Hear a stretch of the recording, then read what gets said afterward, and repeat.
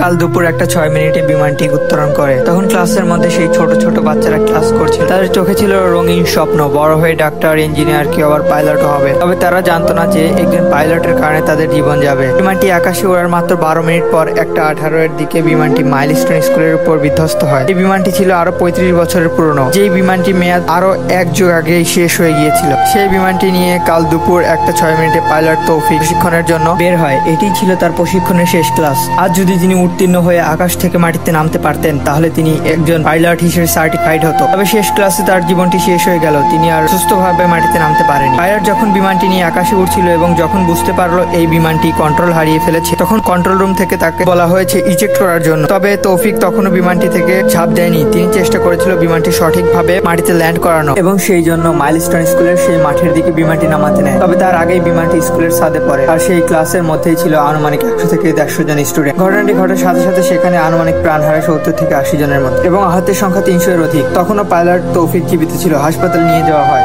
উন্নত চিকিৎসার জন্য। সেখানে তিনি তার শেষ নিঃশ্বাস ত্যাগ করেন। কালকে সেই মুহূর্ত দৃশ্য তা কখনোই ভাষায় প্রকাশ করার না। আমি যখন দেখছিলাম সেই ছোট ছোট বাচ্চাগুলো রাস্তার মধ্যে দৌড়াচ্ছে, চামড়াগুলো উঠে যাচ্ছে, তখন সেই দৃশ্যটি দেখার পর কোনো স্বাভাবিক মানুষ আর সুস্থ থাকতে পারে না।